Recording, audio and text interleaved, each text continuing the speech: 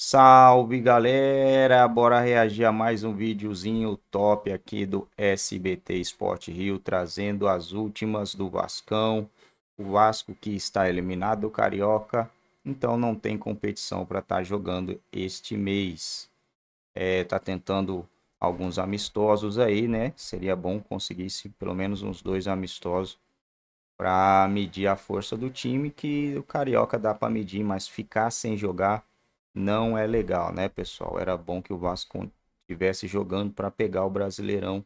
Primeira rodada já é um jogo muito difícil, se eu não estou enganado. É o Grêmio, o jogo é em casa, mas vai ser um jogo bem complicado. O Grêmio possivelmente chegará à final do Gauchão. O Inter foi eliminado ontem. Surpresas, muitas surpresas nesses campeonatos estaduais, né? No Paulista nem se fala. Vamos lá assistir esse vídeo e ver o que Pedrosa tem a falar.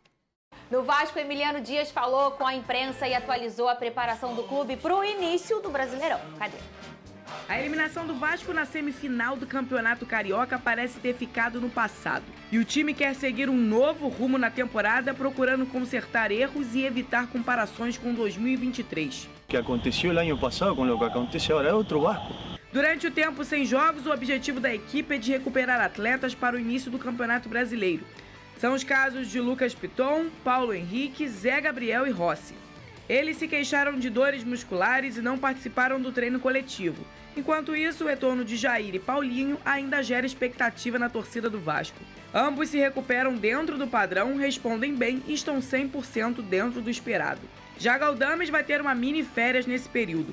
Com vários dias para a preparação, o departamento físico e a comissão técnica decidiu dar atenção especial para alguns jogadores e concedeu alguns dias de descanso para o volante, já que ele veio uma temporada extensa na Europa. Quem segue trabalhando para ser referência nessa temporada é Dimitri Payet. Sem descanso, o foco total dele é ser o camisa 10 que o Vasco precisa. Hoy tenemos uno de los mejores camisas 10 del país y estamos muy contentos con eso. Para seguir melhorando, tem que melhorar, tem que brigar, porque acá hay una briga muito grande interna. Durante o tempo que a imprensa teve acesso, foi possível ver exercícios de finalização, tendo destaque Payet e Verratti, que acertaram praticamente todas as tentativas. O Vasco só volta a campo no dia 13 de abril contra o Grêmio, em São Januário, pela estreia do Brasileirão. Até lá, a equipe pretende se reforçar e trabalhar para ter um ano menos tenso, ao contrário do que foi em 2023. O time tem muito a que acertar ao longo da temporada, mas espera que esse tempo sem jogos seja importante para a equipe. Estamos muito confiantes, muito unidos entre nós. Temos problemas, os problemas los solucionamos acá e continuamos. Importante o Emiliano falar nessa confusão toda que aconteceu, ô Pedrosa. E já tem um substituto para o Matos, o Vasco já encontra algum caminho, por hora não vai ser... Primeiramente, elogiar aqui a postura do Emiliano na coletiva, de ter assumido o erro em relação ao Nova Iguaçu, não botou culpa em ninguém, muito pelo contrário. E isso é muito raro aqui nos técnicos do futebol brasileiro. Dificilmente alguém faz uma autoavaliação, uma meia-culpa, e eles fizeram isso muito bem. O Emiliano traz a confiança do torcedor vascaíno de novo, relembra o que aconteceu no ano passado, porque foi com esse grupo que o Vasco também, obviamente com algumas mudanças, conseguiu sair daquela situação, mas a página virou e eu acho que a resposta tem que ser dada dentro de campo. Eu não tenho dúvida que o Emiliano junto com o Ramon estão fazendo isso nesse período aí de intertemporada. Em relação ao substituto do Alexandre Matos, Fernando, ainda não tem nenhum nome definido. A informação que a gente trouxe até aqui ontem é: não podem errar. Eles não querem ninguém errando. E eles querem um profissional que já esteja inteirado, que ele possa ter uma adaptação melhor aos processos da SAF, ao processo da empresa, porque trabalhar num clube associativo é completamente diferente de trabalhar num clube empresa. Então eles querem um profissional que tenha essa experiência. Eu acho assim, eu senti até uma liberdade grande em relação a dinheiro e contratação. Ele teve. Em relação ao Vasco, como era o nome do anterior? Paulo Brax. O Paulo Brax. Quanto ele gastou nas contratações? 120 milhões, E Fernando. quanto o Matos gastou até agora? 120 milhões. Então, Vene, eu não vejo uma dificuldade. Por exemplo, eu vejo no SAF com o John, né, muito de perto, né, o Botafogo. O John, ele simplesmente, ele passa, tudo é no crivo do John, ele olha tudo, ele escolhe tudo. Então tem que ser uma mão bem dada com o diretor de futebol, que ele tinha essa proximidade com o Mazuco, mas a palavra forte, obviamente, era do John. Eu já vejo que no Vasco existe uma pequena liberdade bem maior. Se a gente for olhar as contratações do Brax e do Matos, foram escolhas deles. Não, em detalhe. Existe o ok da SAF, existe o não da SAF, provavelmente Normal. existirão nomes, mas eles que escolhiam os nomes. Ou eu tô confusa aqui? Não, tá certo. Eu acho até que eles indicavam. A questão é o seguinte, quem escolheu melhor? Porque se a gente for parar e analisar, os dois gastaram a mesma coisa, pelo que o Pedrosa acabou de mencionar.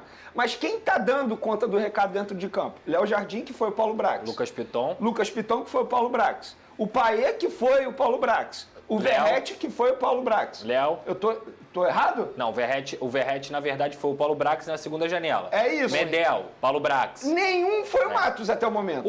Os únicos jogadores que a gente pode trazer como destaque aqui que o Matos conseguiu trazer de fato. Paulinho também, né? O Paulinho também, foi o Brax. É o João Vitor, que é um muito bom zagueiro, apesar de ter feito algumas partidas ruins, ele é um muito bom zagueiro, é uma boa contratação, só que gastou os 40 milhões de reais nesse jogador. E o Adson, que custou 30. Eu acho que esses atletas, eles vão desempenhar. O Sforza também, que foi outro, que gastou, custou 25 milhões de reais. Eu acho que eles vão desempenhar em algum momento. Só que o Vasco tinha lacunas no ano passado e as lacunas continuaram esse ano. Essas lacunas não foram preenchidas. E quando você fala sobre alinhamento, o Mazuca ele era alinhado com o John Texon. A questão é que o Matos não era alinhado com a comissão técnica. E muitas vezes a comissão técnica pediu um nome e o Matos queria outro. Então era isso que acontecia. Foi isso que o Vasco fez. O Guido tava aí, né?